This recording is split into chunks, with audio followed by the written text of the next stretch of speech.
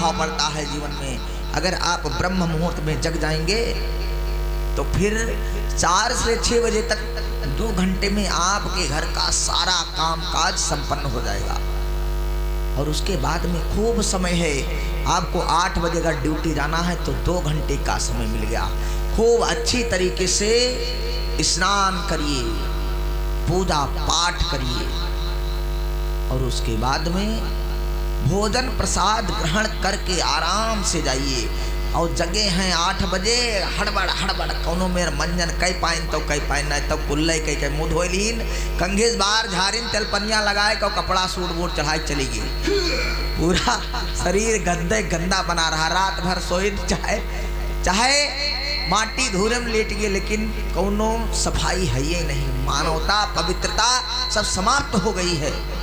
अगर मुहूर्त है जीवन में, मुहूर्त का विशेष ध्यान है तो सफलता आपको अवश्य मिलेगी। चाहे आप जो भी कार्य करें, बच्चे जो पढ़ते हैं अगर वो 4 बजे जग जाएं तो आराम से उस समय वातावरण शुद्ध रहता है, मन स्थिर रहेगा। जो भी याद करना चाहे वो सरलता से याद हो सकता है। आजकल जमाना बहुत खराब है, कहते हैं समय नहीं महाराज कैसे भजन किया जाए। अरे जब समय का विशेष ध्यान रखेंगे तभी तो समय मिलेगा। मुहूर्त का खाली ध्यान देते हैं, विवाह किया जाए तो मुहूर्त में किया जाए, तिलक किया जाए, मुंडन किया जाए तो मुहूर्त में किया जाए। अरे जीवन को मुहूर्त में डालिए। जब आप ब्रह्म मुहूर्त में जगेंगे तभी ब्रह्म की प्राप्ति कर पाएंगे। बोलिए सच्चिदानंद भगवान की।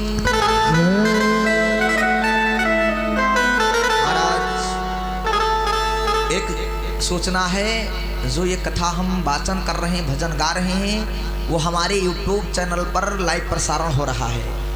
पंडित विनोद जी महाराज YouTube चैनल पर लाइव प्रसारण हो रहा है। YouTube में जा करके नाम को सर्च करें और चैनल को सब्सक्राइब करें, बेल आइकन जरूर दबा दें। हो सके तो अधिक से अधिक संख्या में शेयर करें। बोलिए भक्तवत्सल भगवान की जय। महाराज सुदामा जी मुहूर्त का विशेष ध्यान रखे, प्रातः कालीन जग करके स्नान आदि से निवृत्त हुए, संध्या वंदन किया और उसके बाद में चल गए द्वारकापुरी के लिए प्रस्थान करते हैं। घर में कुछ है नहीं, सोचने लगी कि अगर मित्र के घर जा रहा हूं तो कुछ ना कुछ लेकर के जाना चाहिए। महाराज मित्र के घर, बहन के घर, गुरु के घर और मंदिर में जब भी जाएं तो खाली हाथ नहीं जाना चाहिए। आजकल का तो बड़ा खराब फैशन हो गया है, मंदिर में खाली हाथ चले जाते हैं, बहन के घर खाली हाथ चले जाते हैं और मित्र के घर खाली हाथ चले जाते हैं, लेकिन जब ससुराल जाते हैं तो छेना लेकर जाते हैं।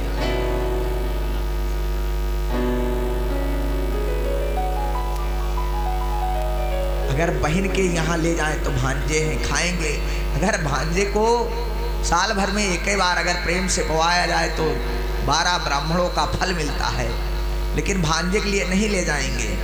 ससुराल में जो है सबसे प्रिय ससुराल होता है। देखिए जो साक्षर है ना बहुत सुंदर है और सरल है। सा से देखिए क्या क्या बना, सा से बना ससुराल। और ससुराल में कौन कौन है? ससुराल में है सास और ससुर, वो भी साक्षर से। फिर उसके बाद में साले और सरहज, वो भी साक्षर से। फिर साढ़ू और सढ़वाइन, वो भी साक्षर से। फिर सुंदर सी साली, स्वा से सुंदर और सा से साली, सुंदर सी साली।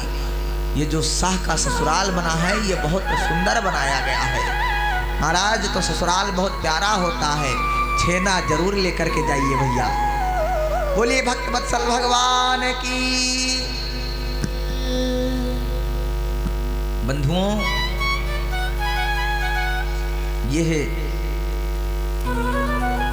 सुदामा जी सोचने लगे कि खाली हाथ जा रहे हैं, कुछ है नहीं, क्या लेकर के चले जाएं। घर में पूछने लगे कि हे देवी कुछ है? कहने लगी महाराज आज तो कुछ भी नहीं है। पड़ोसी के घर गई और कहा कि हे देवी, अरे कुछ दे दो मुझे, मैं मित्र के घर जा रहा हूँ, लेकर के जाना चाहिए। पड़ोसिन कहने लगी, अरे महाराज, आप तो रोज आपका काम ही यही है मांगना, रोज रोज मांगने चले आते हो मुंह उठा करके। सुदामा जी कहने लगे कि अरे जो दे रहे हो उसे मैं वापस कर दूंगा, मेहनत करके मांग करके। पड़ोसी ने कहा कि अरे आप तो बार बार यही वादा करते हैं कि वापस कर देंगे, वापस कर देंगे, जब है ये नहीं तो क्या वापस कर देंगे महाराज। उदास होकर के घर आई, सुशीला से कहा कि हे देवी, कोई कुछ नहीं दे रहा है।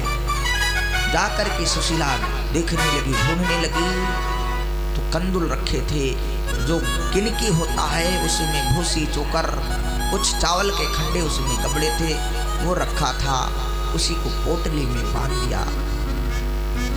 महाराज पोटली को दबाए सुदामा जी धीरे धीरे धीरे धीरे चले जा रहे हैं। मन में रटना लगा ली भगवान के नामों की, अरे मैंने रटना लगाई रे कन्हैया तेरे नाम की। बस हे कृष्ण हे कृष्ण हे कृष्ण रटते हुए मौर्य जी चले गए। कहा महाराज रटना लगाते, याद करते, कृष्ण कृष्ण की माला जपते और धीरे धीरे चले जा रहे हैं। थका लग गई, थकान महसूस होने लगा। एक वृक्ष देखा, उसी के नीचे अपना गमछा बिछा करके लेट गए, आराम करने लगे। आराम कर गए और उसके बाद में जब आंखें खुली तो आंखें सकासौंध बन करके रह गईं। देख रहे हैं कि मैं द्वारकापुरी में बैठा हूं। ये कैसे हुआ? नारायण की अनुकंपा से सुदामा जी द्वारकापुरी में पहुंच गए हैं। महाराज लोगों से पूछने लगे कि रे भैया ये द्वारिका है? तो लोगों ने कहा हाँ ये द्वारकापुरी है। तो कहने लगे कि यहाँ के महाराज द्वारकाधीश श्री कृष्ण हैं? लोगों ने कहा हाँ महाराज जी यहाँ के राजा महाराज द्वारकाधीश श्री कृष्ण हैं। सुदामा जी कहने लगे अरे भैया तो उनके महलों का पता बता दीजिए, मुझे जाना है, और वो मेरे बचपन के मित्र हैं। लोग उनकी दीन दशा हालात को देख करके हंसने लगे, कहने लगे कि ये देखो न पैरों में चरण पादुका है, न सही धोती है, न कुर्ता है, न कोई पगड़ी है, न मुकुट है, और ये अपने आप को द्वारकाधीश का मित्र बता रहे हैं। विश्वास नहीं होता है। हंसने लगे, मजाक करने लगे। बंधुओं जब कोई वृद्ध मिलता, जब उससे पूछते तो वो मार्ग बता देता, कहते कि ऐसे चले जाइए, ये मार्ग से दाहिने मुड़ लेना, बाएं मुड़ लेना, ऐसे करते करते आप पहुंच जाएंगे। क्योंकि बंधुओं जो वृद्ध होते हैं उनका स्वभाव बड़ा सरल होता है। कल एक दृष्टांत सुनाएंगे, अभी समय नहीं, अभी कथा सुनेंगे, कल इस पे एक दृष्टांत सुनाएंगे कि जो वृद्ध होते हैं उनका मान सम्मान करना चाहिए। महाराज चल दिए, धीरे धीरे जा रहे हैं। किसी प्रकार से महलों के पास में पहुंचे, नजरों को उठाकर देखने लगे। महल चमक रहा है, लालिमा छा रही है। देख करके कह रहे हैं कि देखो पता नहीं मुझे पहचान पावे कि ना पहचान पावे, इतनी सुंदर महल में रहते हैं, इतनी सुंदर सजाया हुआ महल है, सुंदर सुंदर वस्त्र पहनते होंगे, पता नहीं हम वहां तक पहुंच पावे कि ना पहुंच पावे। सोच विचार करके किसी प्रकार से जो बड़ा सा गेट था, दरबार का बड़ा सा गेट लगा था, वहीं पहुंच गए मेन दरवाजे पर। जब मेन दरवाजे पर पहुंचे तो वहां पर द्वारपाल खड़े हैं, पहरा दे रहे हैं। दिन रात 24 घंटे द्वारपाल खड़े रहते हैं। सुदामा जी जब पहुंचे महल के पास में, द्वारपालों से हाथ जोड़ करके कहने लगी कि महाराज ये भैया, हम आपके महाराज द्वारकाधीश श्री कृष्ण से मिलना चाहते हैं। द्वारपालों ने कहा महाराज आप ऐसे नहीं मिल सकते हैं।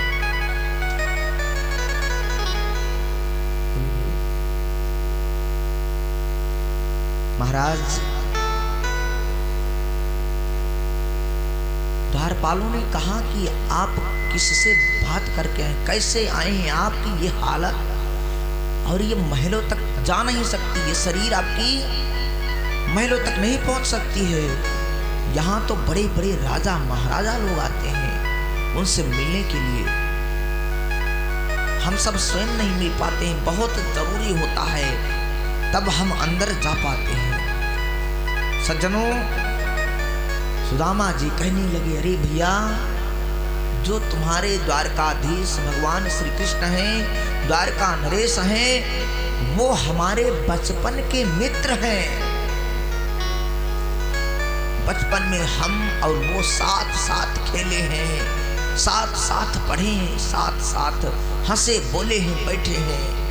द्वारपाल देख करके हंसने लगे, कहने लगे कि ये मित्र आप, हमको तो नहीं लग रहा है कि आप उनके मित्र हुए होंगे, आपसे उन्होंने मित्रता की होगी। महाराज सुदामा जी की आंखों से आंसू निकलने लगा, कहने लगे कि जितने भी लोग आश्रम में थे उनको नहीं मानते थे जितना मुझसे प्रेम करते थे। एक साथ अगर थोड़ा जो कुछ मिलता था बाल भोग, उसको बांट बांट कर अलग बैठ कर हम लोग पाते थे। वो हमारी सेवा भी करते थे, पैरों को दबाते थे। द्वार पर रो रहे हैं, द्वारपालों से कहा कि भैया जा करके एक बार बताओ तो, कहो तो कि आपका मित्र आया है द्वार पर। महाराज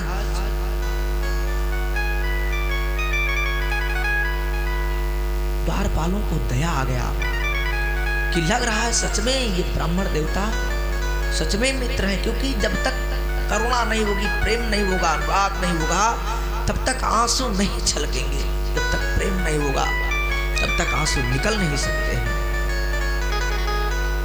द्वारपालों को दया आई और एक द्वारपाल द्वार पर खड़ा है, दूसरा दौड़ते भागते मेरे कन्हैया मेरे द्वारकाधीश के पास में पहुंच गया। महाराज दरबार में बैठे हैं, मनमोहन सगरी प्रजा को मन को मोह रहे हैं। द्वारपाल गया, कहने लगा महाराज की दुहाई हो, महाराज की जय जयकार हो।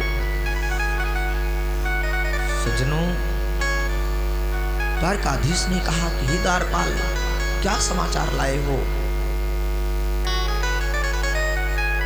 द्वारपाल कहने लगा कि महाराज एक गरीब ब्राह्मण द्वार पर आया है, जिसके अंग पर वस्त्र नहीं है, एक फटी सी धोती लपेटा हुआ है, पैरों में चरण पादुका नहीं, लाठी के बल पर खड़ा हुआ है, निर्बल है, दीन है, दुखी है। कह रहा है कि वो आपका मित्र है, मित्र है, और रो रहा है, बोल रहा है वो अपना नाम। द्वारपाल ने कहा कि वो अपना नाम। कन्हैया ने कहा जल्दी बोल रही, कौन आया है। महाराज जैसे ही द्वारपाल के मुख से निकला कि द्वार पर सुदामा आया है, सुदामा के वचनों को जैसे सुना, तुरंत पीतांबरी जमीन पर गिर गई, मुकुट पीछे गिर गया, चरण पादुका का ध्यान नहीं रहा। इतनी वेग से मेरे कन्हैया सुदामा से मिलने के लिए दौड़ पड़े। रुक्मणी जी पीताम्बरी लेकर के, चरण पादुका लेकर के, मुकुट उठा करके बोल रही, अरे नाथ कहां जा रहे हैं आप, कहां दौड़े जा रहे हैं, ये सब आपका ध्यान नहीं रहा।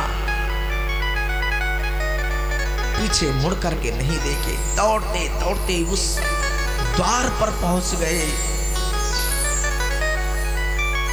जहां पर वो ब्राह्मण देवता खड़े थे। चरणों में गिर गए, गले से लगा लिया, महाराज सच में दीनों पर दया करने वाले हैं, करुणा निधान है वो। आंखों से आंसुओं की धार बहने लगी, दोनों फूट फूट करके रो रहे हैं, गले से लगाए हैं।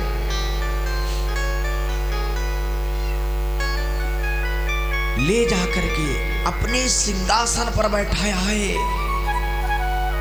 सिंहासन पर बैठा करके परात तो मंगाया लेकिन पानी नहीं मंगाया, अपने आंसुओं की धार से चरणों को धो रहे हैं।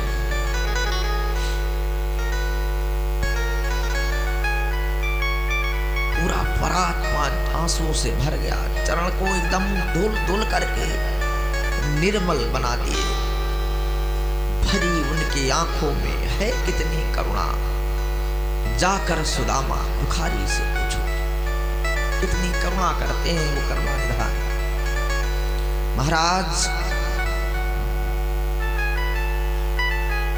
चरणों को धोया है, सेवा की, बहुत सम्मान किए हैं। मित्र का रानियों को आदेश दे दिया कि 56 प्रकार के व्यंजन बनाए जाएं, जो भी ब्राह्मण देवता पाएंगे वो पवाया जाए। सब लग गए, भोजन इत्यादि की व्यवस्था हुई, साथ में बैठ करके भोजन करते हैं। उस दीनहीन की कैसे सेवा कर रही हैं, आजकल के समाज को सीखना चाहिए कि व्यक्ति थोड़ा सा बड़ा हो जाता है, वो व्यक्ति जब बड़ा हो गया, धन हो गया, तो उसके अहंकार में वो भूल जाता है कि मैं कभी गरीब था और आज बड़ा हो गया हूँ। वो दूसरे गरीब को देखना नहीं चाहता है, दीन को देखना नहीं चाहता है। ये एक शिक्षा मेरे कन्हैया, मेरे ठाकुर से लेनी चाहिए कि कहाँ द्वारकाधीश, पूरी द्वारका के महाराज, और कहाँ गरीब ब्राह्मण सुदामा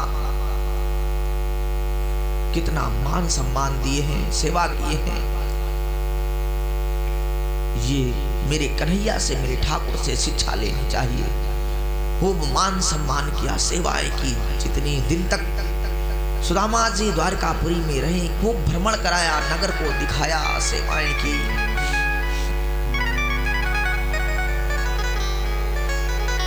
एक दिन बैठे थे और बातें कर रहे थे, बचपन की बातें कर रहे थे। कहने लगे मेरे द्वारकाधीश कि अरे सुदामा जी, अरे मित्र, जब आप वहां से चलने लगे तो भाभी ने हमारे लिए कुछ दिया नहीं?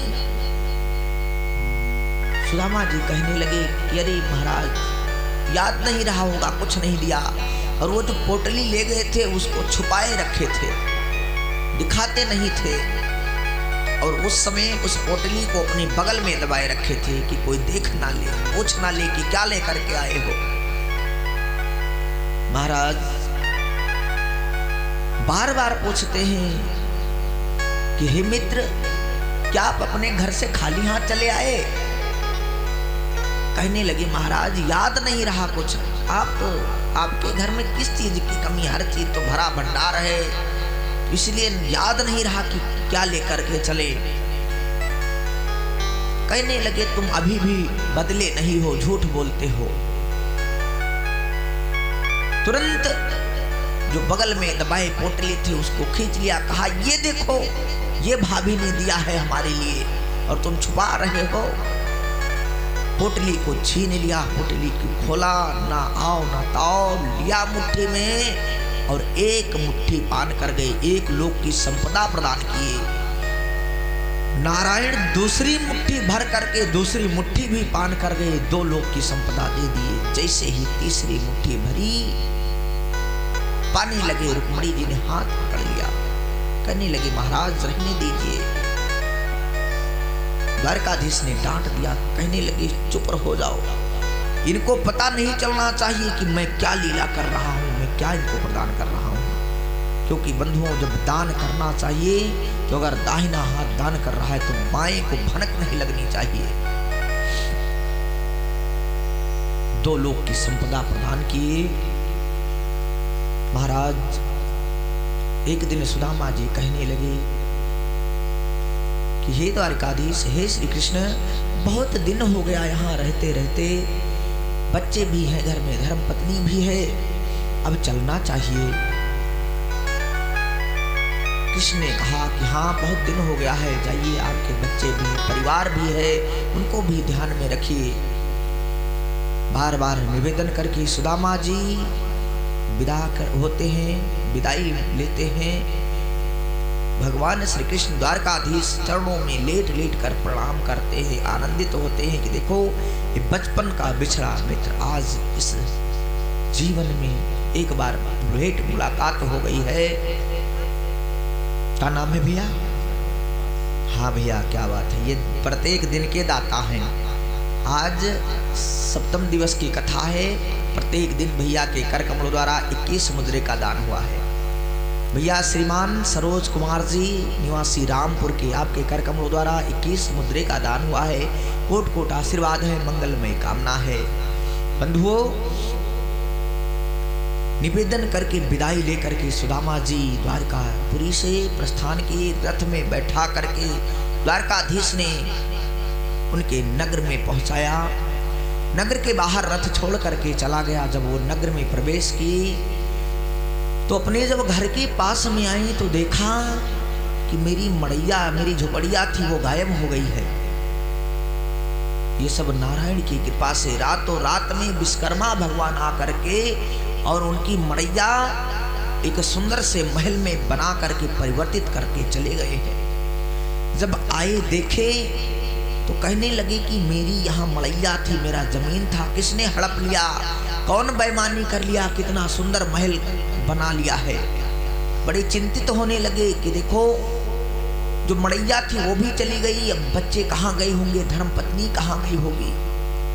पड़ोसियों से जाकर के पूछने लगे कि भैया अरे यहाँ मेरी मड़ैया थी, वो क्या हो गई, मेरे बच्चे थे, धर्मपत्नी थी, वो सब कहाँ चले गए, कौन यहाँ करके ये महल बना लिया है।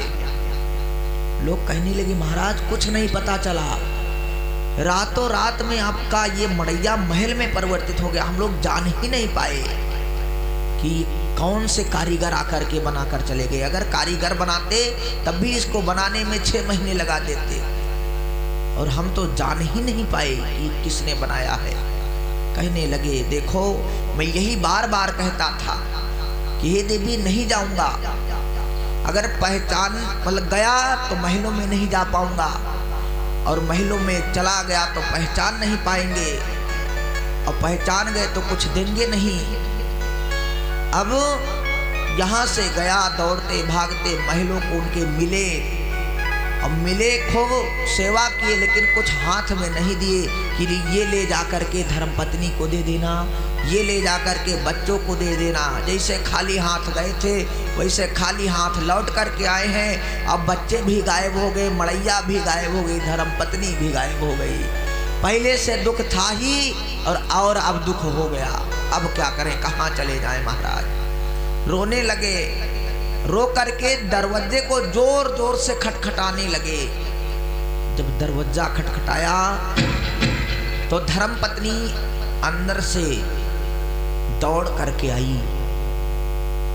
सुंदर सा वस्त्र पहने हैं, क्योंकि भगवान ने इतनी कृपा की, जब परमात्मा कृपा करता है तो छप्पर फाड़ के देता है, छप्पर फाड़ के मिला है, और जब लेता है तो चमड़ी उतार कर लेता है। तो इसलिए परमात्मा पर भरोसा करना चाहिए। अगर विश्वास नहीं तो सब व्यर्थ है। विश्वासो फलदायकम। आज सुशीला अंदर से बन ठन करके गर गहने सुंदर साड़ी पहन करके जब द्वार पर निकली, द्वार को खोला तो सुदामा जी पहचान नहीं पाए। हाथ जोड़ कहने लगे महाराज, हे देवी आप कौन हैं? यहाँ मेरी मड़ैया थी, यहाँ मेरी धर्म पत्नी सुशीला थी, यहाँ मेरे बच्चे थे, सब कहाँ चले गए? सुशीला ने हाथ पकड़ा और कहा महाराज आइए, ये आपका ही घर है, ये आपकी पत्नी है और अंदर देखो बच्चे भी हैं। जब बाड़ी को सुना तब समझ में आया कि ये तो मेरी सुशीला ही है। अंदर जब महलों में गई, कहने लगी जब आप यहाँ से गए कुछ दिन के बाद इतनी कृपा बरसी, इतनी करुणा बरसी कि ये जो मड़ैया थी, झोपड़ी थी, ये महलों में परिवर्तित हो गई, महल बन गया, सब कुछ भरा भंडार है, कोई चीज की अब कमी नहीं है। इतनी कृपा किए हैं वो करुणा निधान। महाराज सुखमय जीवन व्यतीत करने लगे श्री सुदामा जी महाराज, भगवान का भजन करने लगे, धन्यवाद करने लगे कि हे परमात्मा, मेरा आपकी कृपा से सब काम हो रहा है, मेरा आपकी